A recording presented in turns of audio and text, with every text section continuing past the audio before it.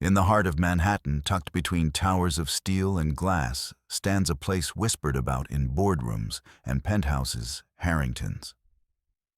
It isn't just a restaurant. It's a cathedral of power, a sanctum where the wealthy and the ruthless dine behind velvet curtains. Its chandeliers shimmer like frozen constellations, suspended above burgundy booths that hold secrets worth more than nations. The soundscape is delicate crystal glasses clinking silver against porcelain murmurs of deals whispered just low enough to remind the world outside that this is not for them. And moving through this rarefied air is Clara Whitmore. At 27, she glides between tables with the precision of a dancer. Her hair is neatly drawn back, her uniform crisp, her expression unreadable. Every gesture, whether pouring a glass of champagne or presenting a dish carved with surgical detail, is performed with the grace of someone who has perfected invisibility. To the magnates, the politicians, the shadow brokers who gather here, she is nothing more than part of the decor. A pair of steady hands, a polite smile, furniture. But the truth is far heavier. Once, Clara Whitmore was not a waitress at all. She was a prodigy, a scholarship student at Heidelberg, immersed in the labyrinth of macroeconomics. She had lived among books and theories, exploring the architecture of global markets. Professors marked her for greatness. She might have lectured in halls where portraits of Nobel laureates hung. She might have shaped the future of finance itself. All of that ended the night her father called his voice trembling. Dr. Walter Whitmore, a biochemist known for brilliance rather than cunning, had built a small but daring company. His innovation, an affordable water purification system, was meant to change lives. But in the world of money, kindness is weakness. A predatory firm smelled opportunity. Through leaks, rumors, and fabricated reports, they poisoned the value of his company. In a matter of weeks, his life's work was stripped and sold off, his patents broken apart like scavenged bones. The betrayal crushed him. The debts that followed were merciless. The stroke that came afterward left him partially paralyzed, his spirit broken. And Clara left Heidelberg without hesitation. The ivory tower of her future was traded for hospital rooms and overdue bills. She became a full-time caregiver, and when the money ran thin, Harrington's was the only place that paid enough to keep her father comfortable. Every night before stepping into this gilded cage, she tucked away the fragments of who she once was, old textbooks, her thesis notes, the faint dream of a lecture hall with her name on it. She locked them in a worn bag by her bedside. And when she crossed the threshold of Harrington's, she became a ghost, a silent servant drifting through a kingdom not her own. The regulars never saw her mind. They never wondered about the thoughts behind her gray eyes. To them, she was efficient, polite, forgettable. And Clara allowed it. Because in this world, invisibility meant survival. But not tonight. Tonight, a storm is waiting at table 9. A man whose empire was built on destruction, whose arrogance weighs heavier than the cut glass in his hand. A man who believes languages can be weapons, and that the staff around him are deaf, dumb, and blind. He doesn't know it yet. But the ghost is listening, and the ghost is about to speak. The double doors at the far end of Harrington's opened with a hush of velvet and brass. And in swept Charles Redgrave. He was the kind of man who didn't just enter a room, he altered its gravity. In his late 50s, hair silver as forged steel, his features sharp as if carved from granite. Charles was Wall Street's coldest predator. He was known not for building, but for breaking stripping companies to their bones and selling the pieces to the highest bidder. Trailing him by half a step was Ethan Cole. Younger, leaner, with the anxious energy of a man desperate to please, Ethan moved like a shadow, trying to keep up with its master. He laughed too quickly, smiled too broadly, his eyes scanning the room, as if weighing the value of every chandelier, every face. The maître d', usually the embodiment of charm and composure, seemed to shrink at their approach. His bow was deeper, his voice lower, his hands suddenly unsure. "Mr. Redgrave, always an honor. Your table is prepared." Charles didn't bother with acknowledgement. He gave only a curt nod, the kind that dismissed rather than thanked, and moved with the slow, assured stride of a man who had never once been told no. Table 9 waited in the corner, a perch with a panoramic view of Manhattan's jeweled skyline. A seat reserved for gods, or at least men who thought themselves divine. And tonight it was in Clara Whitmore's section. She approached with the calm mask of service, her water carafe steady in hand.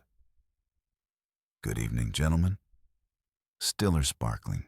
Charles waved her off without looking. Ethan leaned in, his smile thin, sparkling. 2 bottles of San Pellegrino.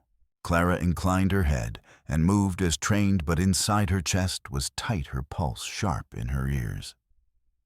She had served difficult men before, tycoon senators, film stars. But Charles Redgrave was different. He radiated a predatory heat, a kind of hunger that fed on the discomfort of others. When she returned with the bottles, he was already deep in conversation. His voice was low, resonant, carrying just enough for her to hear. The board was sentimental, he said in English, swirling the wine list in his hand like it was a toy. They talked about innovation, about culture.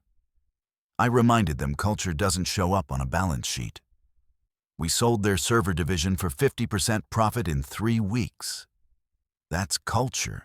Ethan chuckled, quick and eager. A masterclass, Charles. Truly. Clara set the menus before them with practiced grace. "My name is Clara. I'll be serving you tonight. Our specials include a wild mushroom risotto and a Dover sole prepared tableside." It was then Charles finally looked at her.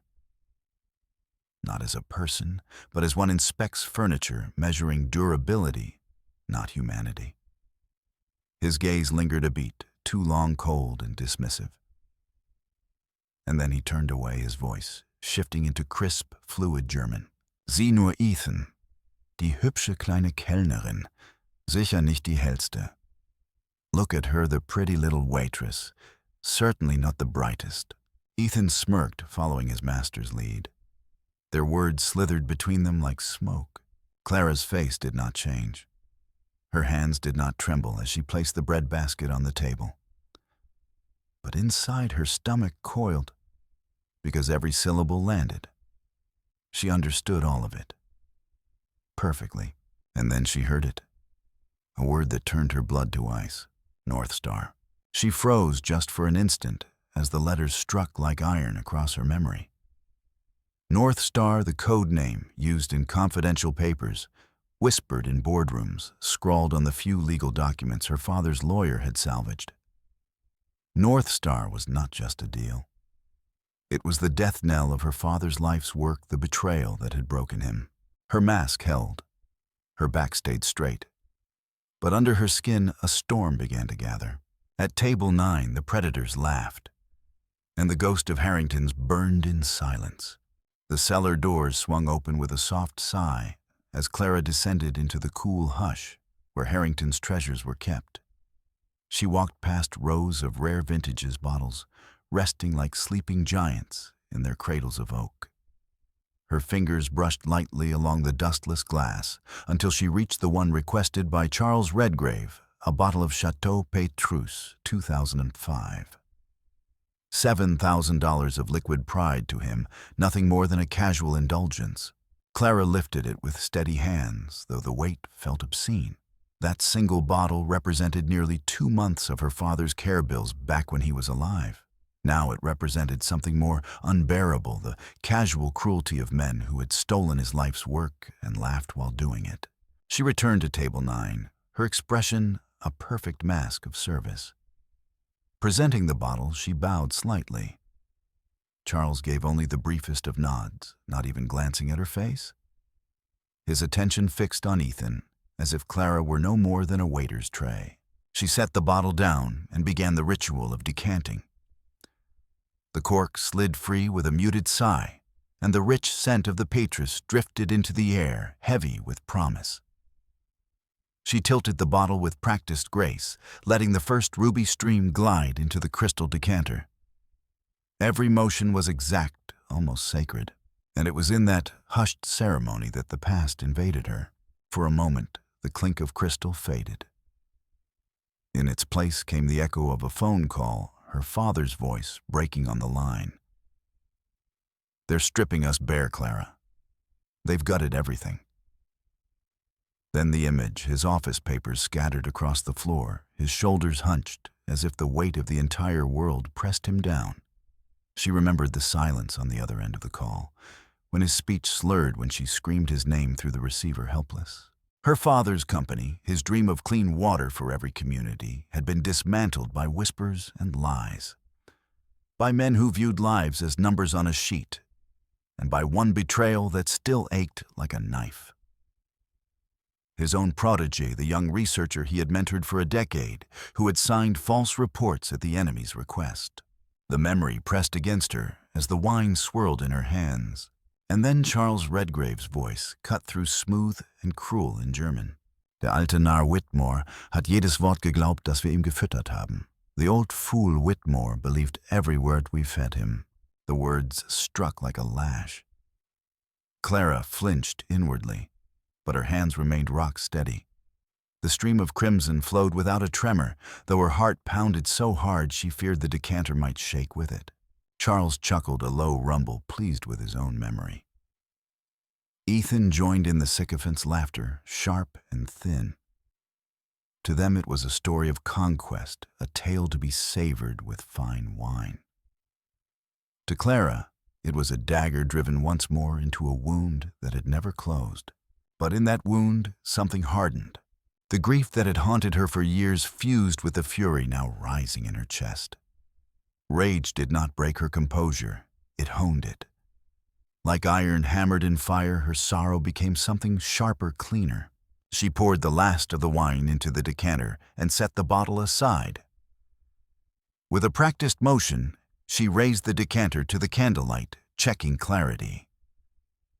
Her movements were serene, almost ceremonial, but inside her resolve had been born. Tonight would not end as every other night had, with her drifting home, a ghost carrying grief no one saw. Tonight, the ghost would no longer remain silent. The entrees arrived on gleaming silver trays, carried by another server. Clara stepped forward, her movements precise, her mask unbroken. She placed Charles Redgrave's ribeye before him, then set Ethan Cole's plate gently on the linen. The ritual should have ended there. She should have retreated silent and unseen like always. But Clara did not move. She stood tall, her hands folded neatly before her, her gaze steady. Charles looked up, irritation flickering across his features. He frowned, his fork poised like a weapon. "Is there a problem?" His tone was clipped, impatient, the growl of a man, unaccustomed to defiance. For the first time all evening, Clara met his eyes. Her voice when it came was calm, cold, precise, and it carried in flawless academic German tinged with the faint cadence of Heidelberg. "Ja, Herr Redgrave. Es gibt tatsächlich ein Problem." "Yes, Mr. Redgrave. There is indeed a problem." The effect was instantaneous. Ethan choked on his wine, coughing into his napkin, his face flushing a mottled red. Conversations at nearby tables faltered, forks hovering mid-air. And Charles Redgrave froze. His jaw slackened, his eyes wide with disbelief, as though the marble statues along the walls had just leaned down to whisper in his ear. Clara did not relent. She took a step closer, her posture regal, her words measured. First, a small correction. One does not say, "the brain of a goldfish is." The genitive form is "des Goldfisches."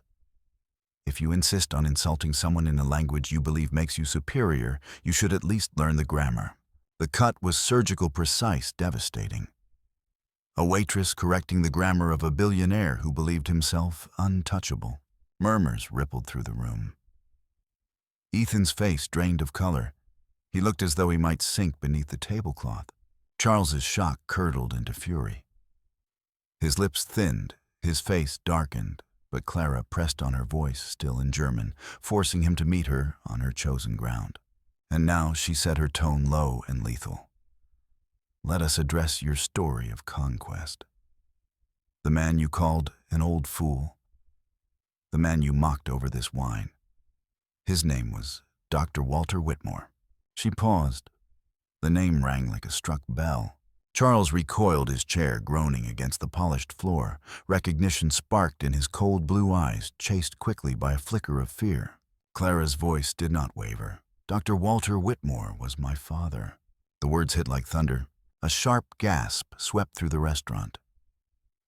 Diners who did not understand German still understood the tone, the revelation. They saw a billionaire shrinking under the weight of a truth too heavy to dodge. Charles's mouth opened and closed, no sound escaping. His fork clattered onto his plate, forgotten.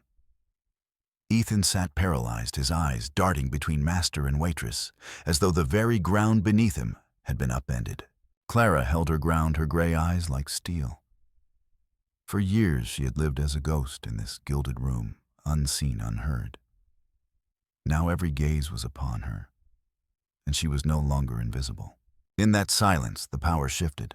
The predator was exposed, his arrogance stripped bare.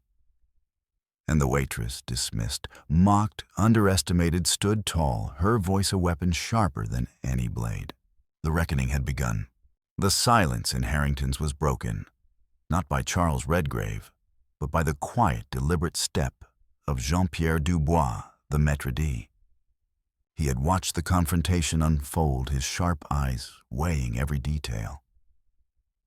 And now, with the entire restaurant holding its breath, he stepped into the circle of tension with the dignity of a man who knew where true honor lay. "Mr. Redgrave," he said, his French accent heavy, but his voice steady. "You may wield power out there, but in this house, we protect our own. If you cannot respect my staff, then perhaps it is you who should leave." A gasp spread like a ripple. The statement was nothing short of heresy, a maître d' choosing a waitress over one of Wall Street's untouchable titans. Charles shot to his feet, his chair scraping violently across the polished floor. His face was mottled with fury veins bulging against his temples. He pointed a trembling finger at Clara. "You're finished. Do you hear me? You'll never work in this city again." But the room had shifted. The eyes that once turned away in deference now watched with judgment. His threats rang hollow, desperate. Jean-Pierre simply gestured to the door. "Your check has already been prepared, monsieur. The evening is over." And so it was. Charles Redgrave stormed from the room, his expensive shoes pounding against the marble, Ethan Cole scrambling behind him like a shadow detached from its master. Their exit was not dignified. It was ragged, humiliating. And in their wake came something extraordinary, a soft ripple of applause. It wasn't loud, not yet, but it spread table to table like rain striking stone. Diners nodded to Clara, as if acknowledging a soldier who had stood against impossible odds. The applause was not for spectacle, it was for courage. Clara felt her breath hitch, her heart still pounding in her chest. But she bowed her head slightly, her expression composed. She had not spoken for applause. She had spoken for truth. And truth, it seemed, was hungry to be heard. Because at a corner table unnoticed until now sat Margaret Steele. She was a veteran journalist, her pen sharper than the men she wrote about. She had come to Harrington's that night for an off-the-record conversation with a source. But the moment Clara opened her mouth in German, Margaret knew she had stumbled into a story that would outlive the meal. Her phone was discreetly raised, recording the tail end of the confrontation. The fury on Charles's face, the steel in Clara's voice, the applause that followed. When the moment ended, Margaret didn't. She spent hours after speaking with a busboy who had overheard a patron who understood German, a sommelier who had watched every move. 3 days later, her article exploded onto the front page of the Chronicle's digital edition. The Waitress and the Wolf of Wall Street, a reckoning in German. It was more than a story. It was a narrative woven with cinematic precision, contrasting Charles Redgrave's arrogance with Clara Whitmore's dignity, his billions against her grief. Margaret traced the thread back to the hostile takeover of Whitmore Biotech, unearthing the whispers of fabricated reports, the betrayal of trusted allies, the name North Star. The public devoured it. Hashtags trended. Talk shows debated. Ordinary people weary of predatory wealth shared Clara's defiance like a battle cry. Speak like Clara trended within hours. And in the quiet offices of federal regulators, the Securities and Exchange Commission began to take note. Charles Redgrave's empire shuddered. Stock prices dipped, then plummeted. His board of directors, once eager disciples, turned on him to save themselves. And when a scapegoat was needed, Ethan Cole was the first to fall. He was dismissed in silence, a sacrificial lamb, to appease a market that no longer believed in invincibility. But it wasn't enough, because the truth had already slipped free, and no hand could push it back into the shadows. Charles Redgrave, the man who walked into Harrington's like Zeus among mortals, was unraveling. And the unraveling began with a single voice, the voice of a waitress who refused to remain invisible. For 3 days after the article, Clara Whitmore barely left her apartment in Queens. The cracked plaster walls and humming radiator were her refuge from a world that suddenly knew her name. Her phone, a cheap prepaid model, buzzed endlessly with calls she didn't answer, messages she didn't read. Reporters camped on the sidewalk. Neighbors whispered in the hall. Overnight, the invisible waitress had become a headline. She sat at her small kitchen table, hands wrapped around a chipped mug of coffee gone cold, staring at the flood of notifications on her laptop. Hashtags, headlines, comment threads swelling with strangers calling her brave, some calling her reckless. She felt detached, as if it were happening to someone else. For 3 years, she had built walls around her grief, and now those walls had collapsed under the weight of a single night. Then on the 4th day, an email arrived. The sender, Richard Chen, CEO of Phoenix Holdings.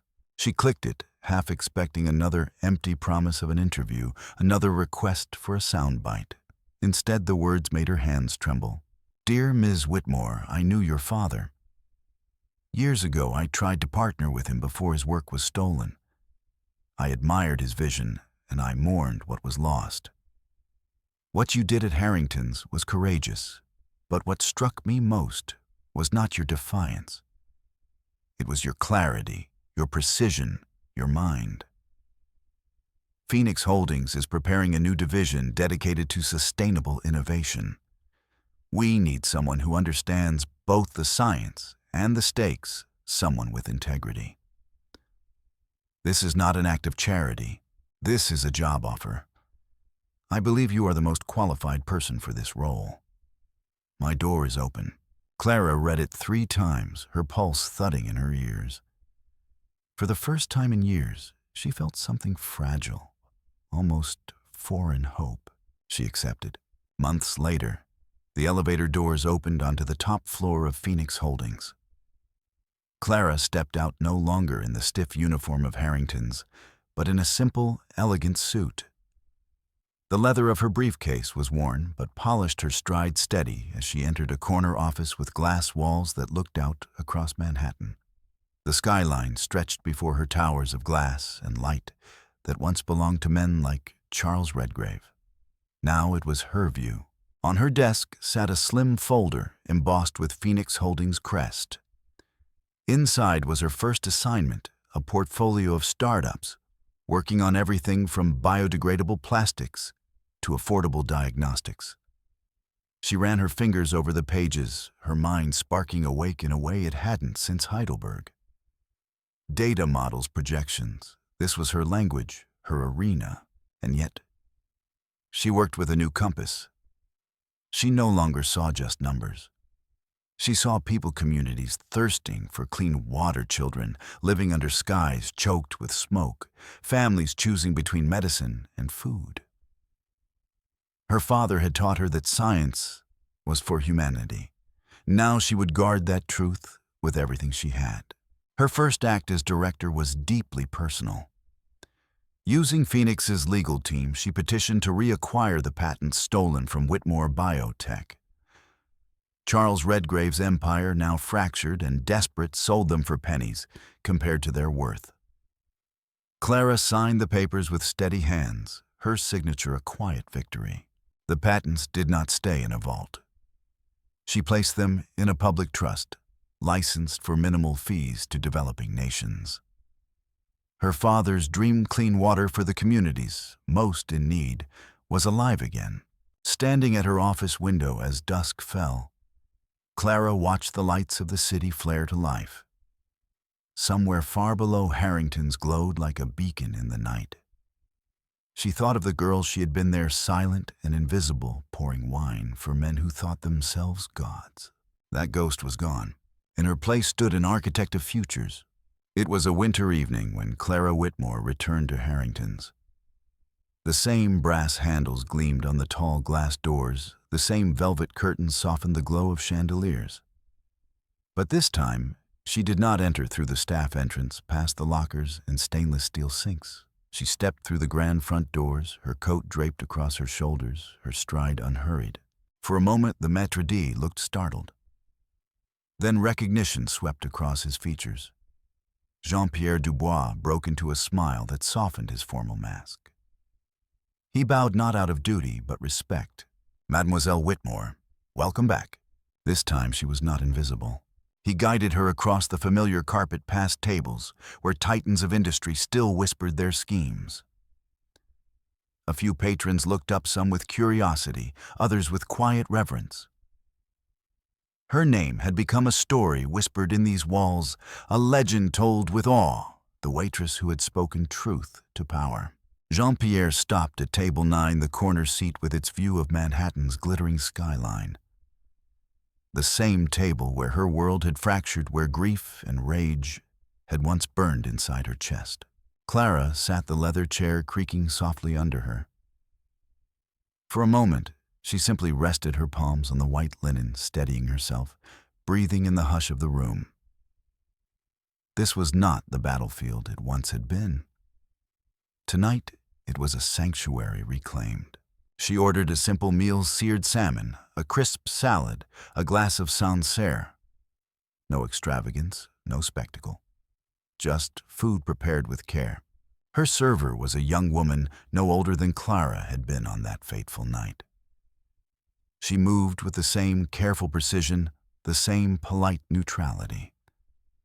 But her eyes, bright, eager, carried a spark of hope Clara recognized. When the check arrived, Clara slipped a billfold from her purse.